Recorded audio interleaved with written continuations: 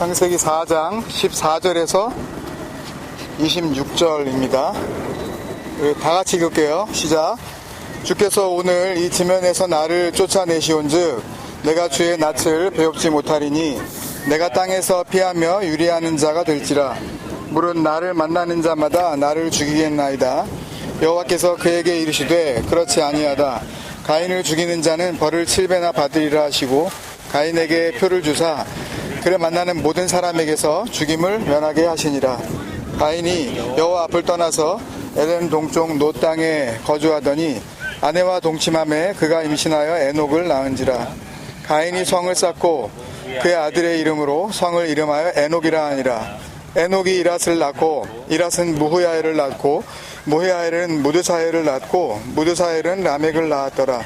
라멕이 두 아내를 맞이하였으니 하나의 이름은 아다요 하나의 이름은 실라였더라. 아다는 야발을 낳았으니 그는 장막에 거주하며 자축을 치는 자의 조상이 되었고 그의 아우의 이름은 유발이니 그는 수금과 퉁소를 잡는 모든 자의 조상이 되었으며 실라는 두발가인을 낳았으니 그는 구리와 쇠로 여러 가지 기구를 만드는 자요 두발가인의 누이는 나아마였더라.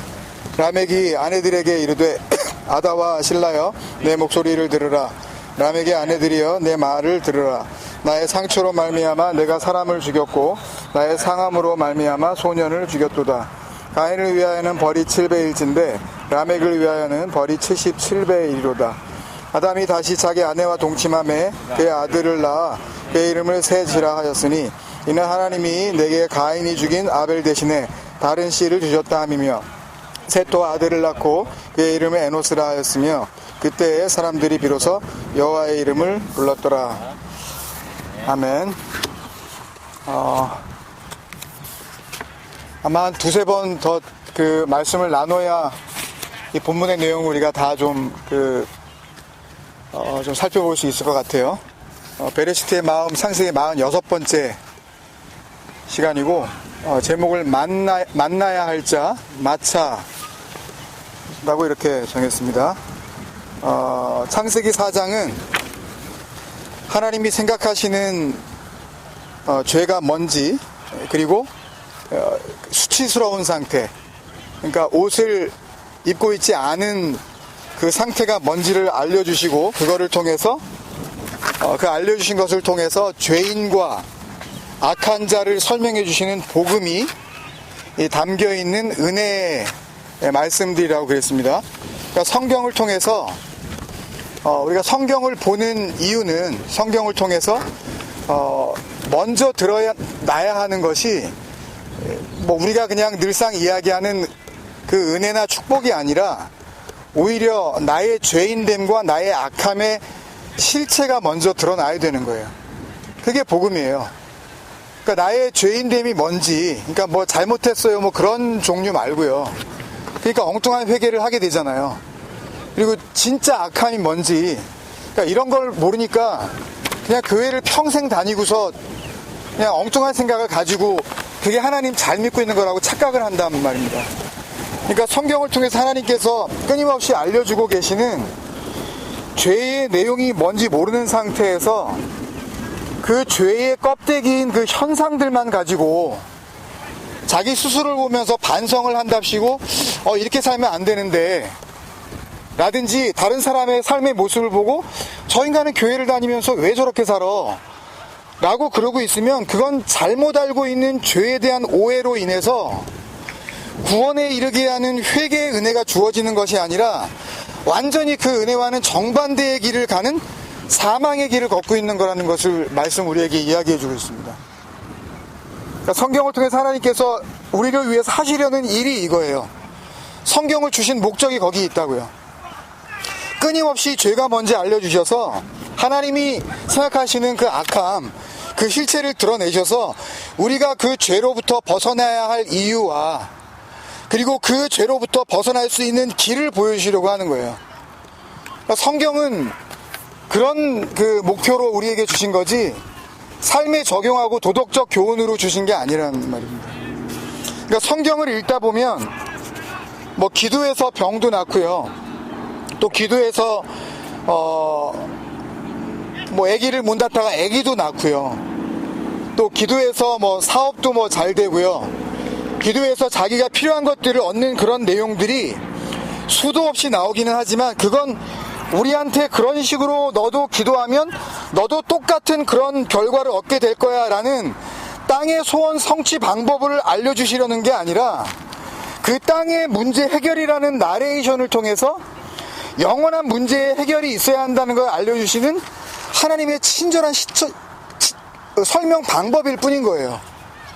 그걸 그대로 그냥 문자 그대로 내용 그대로 우리가 이해하면 안 된단 말이에요.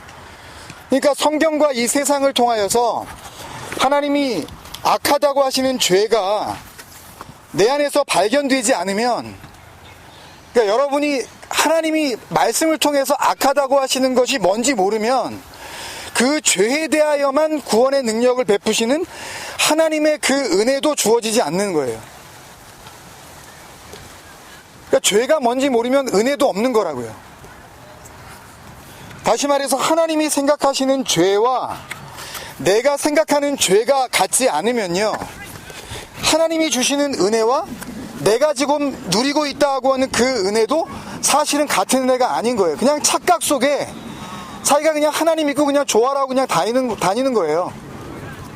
아무것도 모르면서. 예수님이 보리떡 5개와 물고기 2마리를 가지고 5,000명쯤 되는 사람들을 먹이셨어요. 근데 그 다음날 그거 먹었던 사람들이 예수님을 또 만나려고 갈릴리 바다 호수를 헤매다가 호수를 갖다 건너버립니다.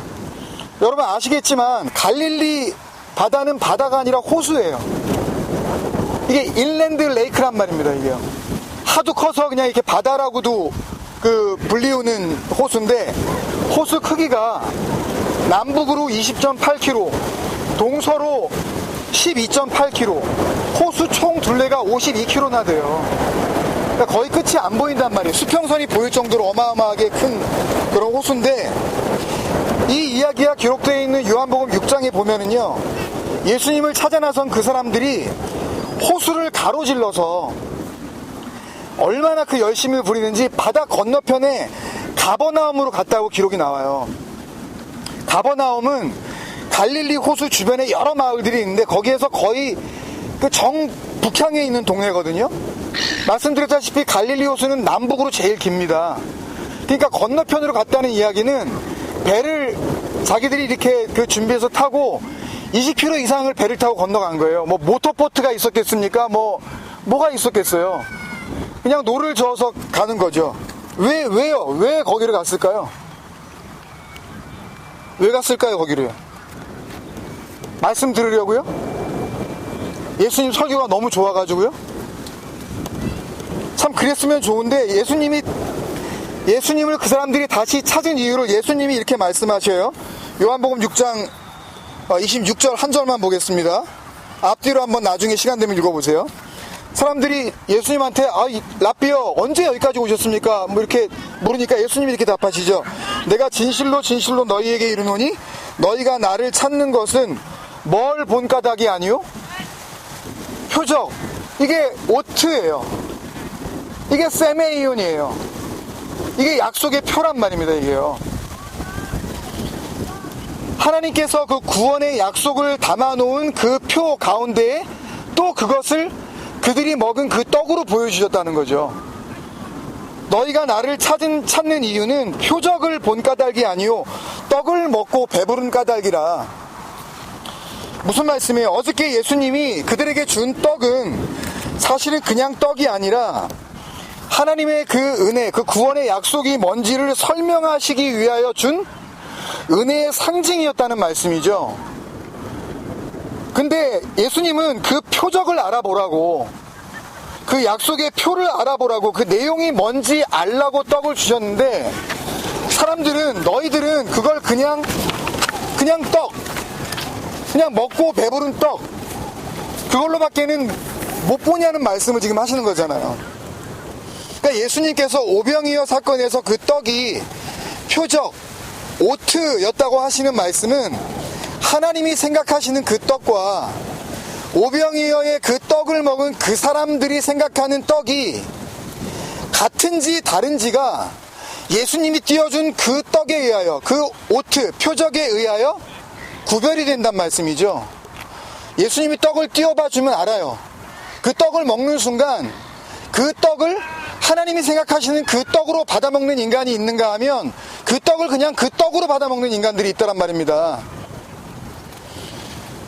그리고 그렇게 드러난 그들의 존재의 상태가 하나님의 그 은혜를 다른 걸로 보고 있으니까, 다른 약속으로 보고 있기 때문에 그 은혜를 은혜로 받을 수 없는 거예요.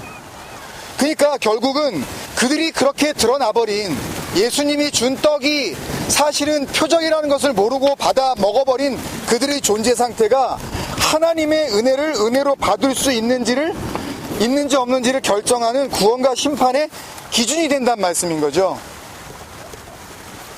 그러니까 교회를 어떻게 다니나 보면 저 사람이 지금 어느 길을 가고 있는지 그냥 알 수가 있어요. 뭐 정죄하자는 이야기가 아니라 참 안타까워서 그래요. 거기에다 시간 쓰고 물질 쓰고 마음 뺏기고 그게 혹시 아닐지도 몰라 라고 하면서 가다가 그 길을 혹 돌이킬 수 있는 그런 삶을 사는 것이 아니라 그냥 철석같이 믿고 그냥 따라간단 말이에요. 게다가 완전히 한번 제대로 당해야 그때 조금 정신을 차리거든요. 근데 그러고서도 그 진리에 대해서 눈을 뜨지를 못해요. 그래서 주님께서 그 다음 절에 보면 썩을 양식을 위하여 일하지 말고 영생하도록 있는 양식을 위하여 하라는 그런 의미 있는 말씀을 하셔요. 그러니까 뭘 때문에 사느냐는 거죠. 그러니까 우리가 예배를 나와도 좋고요, 건물 안에 들어가서 예배를 드려도 좋고요, 혹은 불규칙하게 예배를 드려도 좋고요, 아니면 뭐 하루가 멀다 하고 예배를 드려도 좋은데, 예배를 드리느냐 안 드리느냐, 어디서 드리느냐, 그것이 중요한 것이 아니라 정말 내가 뭘 위하여 지금 이렇게 하고 있느냐 한번 생각해 봐야 된다는 거죠. 근데 우리가 지난주에도 자세히 말씀을 봤지만 하나님이 주시는 모든 오트는, 모든 표적은 뭘 가리키고 있다 그랬죠? 아들을 낳으리니 그 이름을 예수라 하라. 그죠? 그가 자기 백성을 그들의 뭐에서 구원할 자라 그러셨죠? 죄에서 구원할 자다.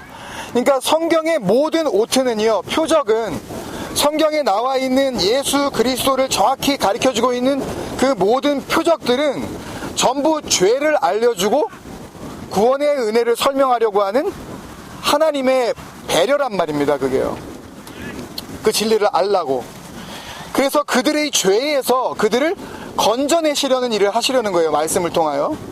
그래서 예수님께서 곧 내가 곧 길이요 진리요 생명이니 나로 말미암지 않고는 아버지께로 올 자가 없느니란 말씀을 하신 이유가 거기 있는 거예요. 모든 오트가, 모든 표적이, 모든 말씀에 나와 있는 그 표피적인 내용들의 방향이 정확하게 예수를 가리키고 있다고요. 그러니까 그 예수 그리스도 안에 담겨져 있는, 예수 그리스도를 그냥 믿는 게 아니라 예수 그리스도 안에 담겨져 있는 하나님의 약속의 내용이 뭔지를 모르면, 그러면 예수 그리스도를 믿는다고 하면서도 구원과 상관이 없다니까요. 예수 그리스도는 우리를 위하여 죽으심으로 말미암아 하나님께서 자기 사랑을 확실하게 증거하시기 위한 또 하나의 도구였단 말입니다. 그래서 가인에게 주셨다고 하는 표가 임마누엘 예수 그리스도를 알려주고 계시듯이 오늘 본문 맨 마지막 부분에 등장하는 가인이 죽인 아벨 대신에 주셨다는 또 다른 아들 그 셋, 이게 히브리어로 이게 쉐트거든요. 옷이에요. 옷. 예복이에요. 그러니까 쉐트는 이렇게 뭔가를 경계를 지으는 거예요. 그러니까 쉐트가 오면 경계가 지어져서 경계가 정해져서 이 경계로 인하여 그 경계 바깥쪽과 경계 안쪽에 있는 것이 결정이 된단 말입니다. 그게 쉐시예요. 거기에서 수트가 나온 거예요. 옷이 나온 거라고, 예복이 나온 거라고요. 그러니까 또 다른 아들 셋의 의미도 뭘 향하고 있는 거예요? 예수 그리스도를 정확히 향하고 있는 거예요. 누가복음에 나오는 예수님의 족보를 보면 잘 알 수가 있어요. 누가복음 3장 23절에서부터 38절까지인데요. 집에 가서 꼭 읽어보시고요. 23절과 38절 이 두 절만 읽어볼게요. 23절, 누가복음 3장 23절. 예수님께서 가르치심을 시작하실 때에 30세쯤 되시니라. 사람들이 아는 대로 요셉의 아들이니 요셉의 위는 헬리오. 그리고 나서 이제 70명의 이 예수님의 조상들의 그 이름들이 쭉 나옵니다. 보면 우리가 잘 아는 이름들이 많이 나와요. 다윗도 나오고 야곱도 나오고 이삭, 아브라함 뭐 다 나옵니다. 그리고 나서 38절요. 그 위는 에노스요, 그 위는 셋이요. 여기 또 나오는 거예요. 그 위는 아담이요, 그 위는 하나님이라. 그러니까 마태복음 1장에도 예수님의 족보가 이 내리 족보로 반대로 나오기는 하지만 이 누가복음에 나오는 위로는 하나님, 그리고 맨 아래로는 예수님 사이에 정확히 80명의 이름이 기록되고 있는데요. 이 80명의 이름이 기록된 이유는 그들 모두가 어디를 향하고 있다는 거예요? 약속의 표, 그 구원의 그 표적이 되시는 예수 그리스도를 향하여서 그들이 정확하게 방향을 가리키고 있다는 거예요. 그런데 어떤 의미에서이든지 예수 그리스도를 설명하시는 하나님의 약속의 표적들이었다는 거죠. 그들이 역사 속에서 이렇게 존재하고 있었다는 말씀이에요. 그건 오해하지 마셔야 될 것이 그 80명 모두가 자기 자신이 내가 지금 하나님의 약속의 표로서 쓰임받고 있구나 라는 것을 알고 살았다는 말씀이 아니에요.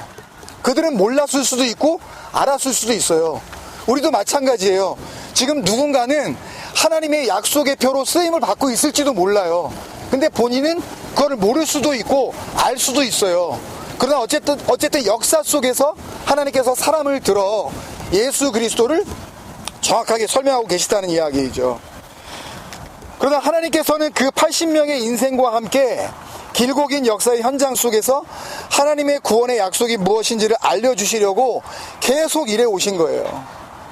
그 구원에 담겨있는 그 실체가 무엇인지, 하나님이 세상을 향하여서 약속하고 계시는 그 내용이 무엇인지 역사 속에서 계속 그걸 보여줬다는 이야기예요. 그러니까 하나님이 죄라고 하시는 그 악함이 내 안에서 드러나면, 여러분들이 만약에 구원받았다면 그게 드러난 거예요. 이미 나의 악함이 뭔지, 내 죄가 뭔지 알아요. 그러니까 또다시 말씀드리지만 뭐 잘못한 거, 무슨 뭐 이렇게 남 욕한 거, 그거 잘못한 거 맞아요. 근데 성경은 그거를 죄라고 하지 않는단 말입니다. 그러니까 그걸 잘 모르시면 말씀을 다시 보셔야 된다고요. 설교를 다시 들으셔야 돼요. 처음부터. 그 죄가 뭔지 모르면 하나님을 만날 길이 없어요. 그러니까 그걸 아시라는 말씀을 드리는 거예요. 은혜는 거기서부터 시작이 되는 거거든요. 그 악함이 내 안에서 드러나면, 아, 이게 악함이구나, 이걸 하나님께서 나의 죄라 그러시는 거구나, 그게 분명히 드러나면 그때 비로소 구원의 약속을 이루어 가시는, 섬기시는 하나님, 내가 섬김을 받으러 온 것이 아니요 섬기러 왔노라 했었던 그 예수님, 그 그리스도의 섬김을 그때 받을 수 있는 거예요. 아무 때나 그냥 뭐 섬기시는 게 아니에요. 섬기려고 할 때 그 섬김을 받을 수 있는 상태가 돼야 섬기죠. 섬김을 안 받겠다는데, 자기가 하나님을 섬기겠다는데, 자기가 예수 그리스도를 믿어버리겠다는데 어떻게 그 사람들을 섬기냐고요. 못 섬겨요. 죽지 않은 자는 살려낼 길이 없다고요. 병들지 않았는데 의사가 왜 필요하겠어요. 자기가 건강하다는데. 자기가 열심히 하나님 믿어가지고 내가 한번 주님 앞에 헌신하는 모습 보여줄 수 있다는데 그걸 누가 말리냐고요. 하나님도 못 말려요, 그거. 그러니까 가인을 만나는 자가 의미하는 게 누구를 지칭하는지 아시겠죠, 여러분?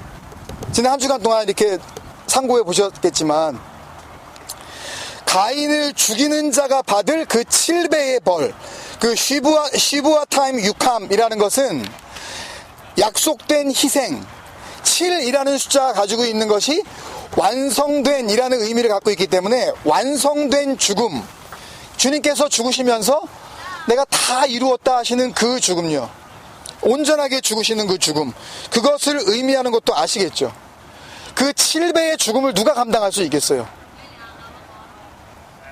가인을 만나는 자, 가인이 이제 앞으로 만나야 할 자, 마차거든요. 오늘 설교 제목 마차. 이 마차가 누구를 말씀하시는지 여러 말씀의 증거가 있지만, 오늘 뭐 야외 예배기도 하고 또 이렇게 자막으로 잘 설명드릴 수가 없으니까 말씀 한 군데만 같이 보고 마치도록 하겠습니다.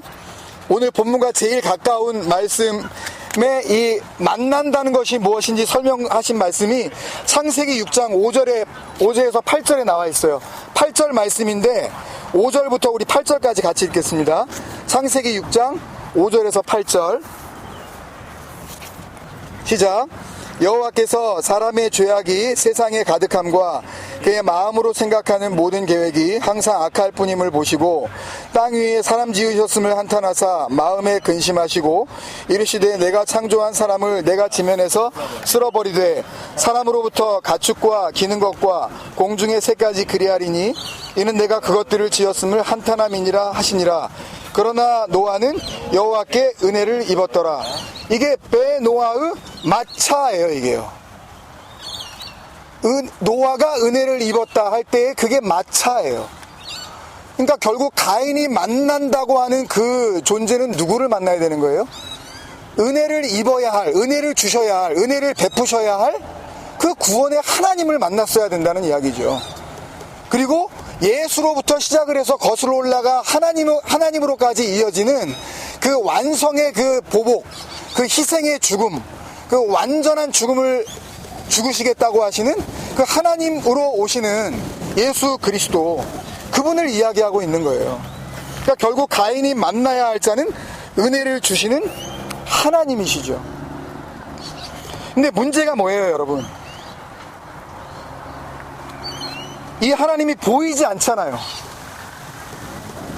어디 좀 이렇게 낌새라도 칠 수 있어야 그 하나님을 만나기라도 하고, 그냥 하나님을 만나라고는 자꾸 그러는데 어떻게 만나냐고 하는 게 우리가 참 큰 문제잖아요. 그래서 주신 게 뭐예요? 그 보이지 않는 하나님을 알아보라고, 보이지 않는 하나님을 만나라고 주시는 게 뭐예요? 그게 표예요. 그게 표적이에요. 그 하늘의 것을 땅의 것으로 설명할 길이 없으니까 그냥 그것을 통하여서 하나님을 어렴풋이라도 알라고, 마치 얼굴을 대하여 보지는 못하더라도 거울에 비친 네 얼굴을 보듯이 그 하나님을 알아보라고 주시는 게 오트라고요. 그게 약속의 표라고요. 그게 성경이란 말씀입니다. 우리는 거기에서 하나님을 만나야 되는 거예요. 거기에서 예수 그리스도로 설명하시려는 그 하나님의 약속의 증표를 우리는 볼 수 있어야 되는 겁니다. 아벨 대신에 주신 셋이에요. 입으로 들어가는 보리떡, 우리가 맛있게 이렇게 늘 최무 집사님 수고하셔서 바베큐 나오고 이렇게 야외배 할 때마다 맛있게 먹는데, 입으로 들어가는 그 음식을 통하여 정말 먹어야 할, 정말 우리가 취해야 할 진짜 양식이 있다는 것을 알게 하시려고 하는 그 하나님의 표, 야외 예배의 의미는 거기에 또 있다고 봅니다. 오늘 우리 야외 예배가 밖에 나올 때마다 아이들도 좋아하고 또 맛있는 거 먹어서 좋고 여러 가지 좋은 의미들이 많지만, 그런 그 약속의 표, 그 하나님의 분명한 그 은혜의 표적이 우리 안에서 발견되는 구원의 능력이 우리에게 임하는 그런 야외배가 되시기를 주님의 이름으로 간절히 축원드립니다.